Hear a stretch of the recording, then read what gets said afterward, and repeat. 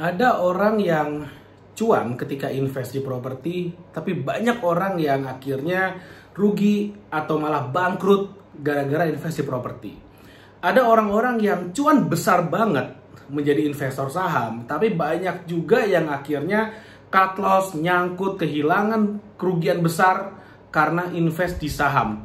Bahkan di saham yang sama, ada yang cuan, ada yang nyangkut duitnya habis.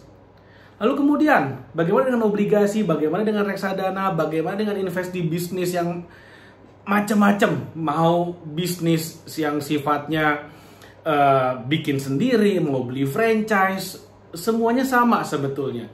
Akan ada orang-orang yang berhasil, akan ada orang-orang yang akhirnya mengalami kerugian. Pertanyaannya, apa sih yang ngebedain?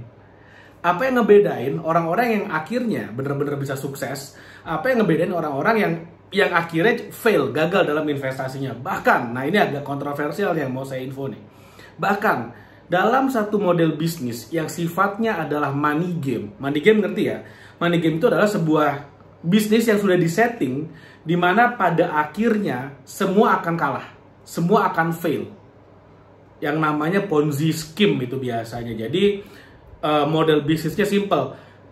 Keuntungan dibagikan dari member-member baru yang masuk dan mendaftar.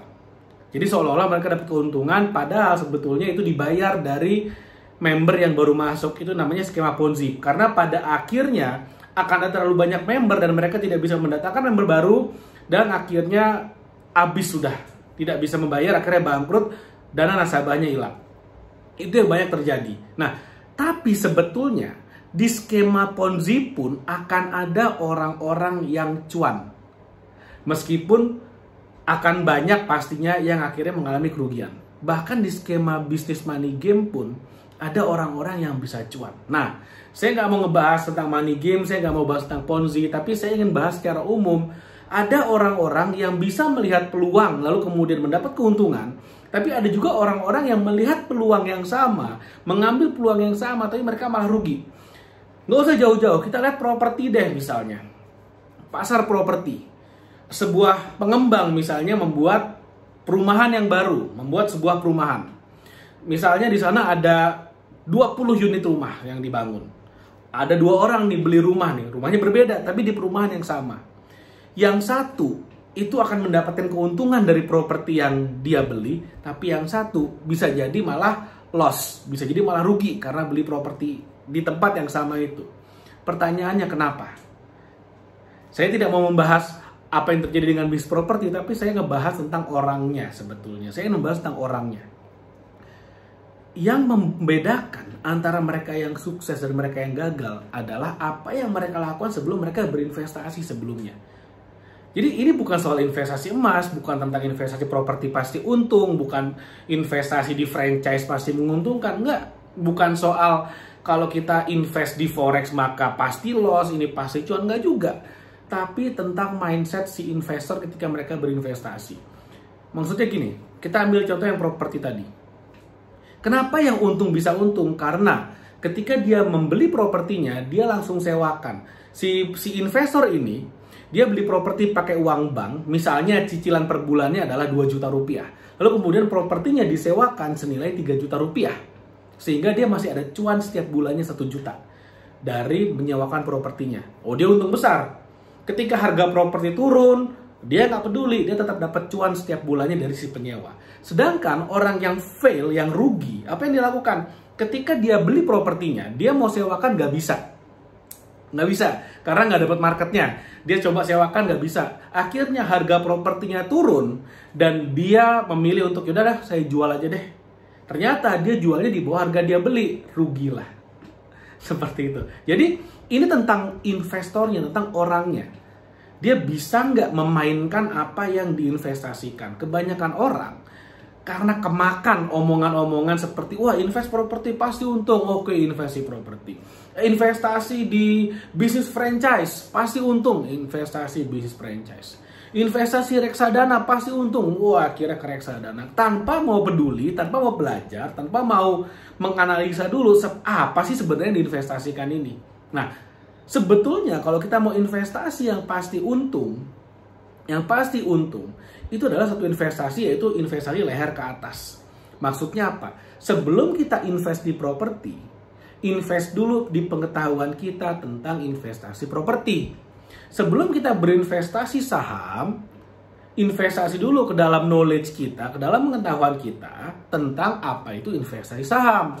Pelajari dulu jenis-jenis investasi saham, ada yang sifatnya nabung saham, ada yang beberapa orang seperti Warren Buffett misalnya, dia mainnya value investing, ada yang trader pun banyak, ada yang mainnya tipis-tipis seperti itu ya. Jadi ada profit tipis, diambil cuannya, atau bahasa gaulnya scalping. Ada yang mainnya swing trader. Nah, apa itu swing trader? Pelajar dulu. Ada yang biasanya nih yang masih pemula, yang masih awam, biasanya nabung saham, dia ambil jangka panjang tanpa kemudian diambil keuntungannya misalnya. Atau ada juga orang-orang yang main di saham, yang invest di saham, itu mereka investnya apa? Nggak peduli sahamnya apa, yang penting rajin bagi dividen. Ada juga yang kayak gitu. Jadi sebelum Anda berinvestasi, pastikan Anda pelajari dulu, invest leher ke atas dulu nih. Invest di leher ke atas dulu. Otakmu dulu diinvest. Ketahui dulu, kenali dulu investasinya seperti apa. Kalau kita nggak mau invest leher ke atas, main hajar aja ya, akhirnya itu bukan investasi namanya, itu namanya gambling. Berharap. Kalau beli saham berharap harganya naik, ketika harganya naik mau jual galau, takutnya aduh nanti kayaknya bisa naik lagi. Ternyata harganya turun, tambah galau, aduh kalau kembali ke harga yang tinggi kemarin deh saya jual, ternyata nggak naik-naik. Akhirnya malah makin turun karena deg-degannya udah makin nggak nahan, dijual sahamnya. Ketika dijual harga sahamnya naik, waduh udah pusing kepala. Itu yang banyak terjadi. Karena apa? Kenapa itu banyak terjadi? Karena tidak mengerti gimana caranya. Karena terlalu malas untuk mempelajarinya dulu. Invest leher ke atas. Belajar sama orang yang ada pengalaman. Ikut seminar, kalau bisa seminar yang berbayar. Beli buku, pelajari buku tentang saham. Beli buku tentang properti. Beli buku tentang reksadana, obligasi, dan segala macamnya yang kamu mau invest. Kalau mau beli franchise, pelajari dulu franchise itu seperti apa. Aturan mainnya seperti apa. Untung ruginya seperti apa sebelum berinvestasi. Itu yang paling penting sebetulnya. Pelajari resikonya. Kalau misalnya terjadi resiko, apakah Anda kemudian akan jadi gembel? Apakah jadi menderita secara finansial? Atau it's okay, nggak apa-apa, anggap aja uang belajar? Ini yang harus dikenali dulu sebelum benar-benar invest. Nah, oke. Jadi, salah satu contoh investasi itu adalah investasi leher ke atas. Nah, makanya saya mau menginformasikan, kalau kamu mau belajar bagaimana caranya bisa menjadi pedagang yang hebat, bisa jualan dengan hebat sehingga bisa mendapatkan income yang besar. Nah, saya mau nawarin nih buku 69 Strategi Marketing dan Branding. Karena di buku ini selain ada 69 strategi marketing dan branding, saya juga sharing bagaimana case study dari perusahaan-perusahaan besar baik di Indonesia maupun di luar negeri yang mempraktekkan jurus-jurus di buku ini ke dalam bisnis mereka. Dan ada juga contoh-contoh bagaimana Anda bisa mengaplikasikannya di dalam bisnis Anda sendiri. Ini investasi leher ke atas yang real banget. Jadi Anda beli buku ini, Anda pelajari bukunya, Anda kuasai ilmunya, lalu kemudian Anda bisa pakai untuk bisnis Anda sendiri, atau Anda bisa pakai untuk bisnis orang lain. Anda bisa jadi konsultan, bisa jadi segala macam. Mau jadi affiliate marketing, mau jadi reseller sebuah produk, pelajari tips dan strateginya di buku ini, pasti bisa bantu Anda. Oke, itu yang mau saya share dalam video kali ini. Mudah-mudahan bermanfaat. Jangan lupa like video ini, share video, dan subscribe YouTube channel ini. Oke, thank you. Sampai ketemu lagi di video berikutnya. Oh iya, kalau mau beli bukunya, silahkan klik link yang ada di description buku ini. Oke, thank you.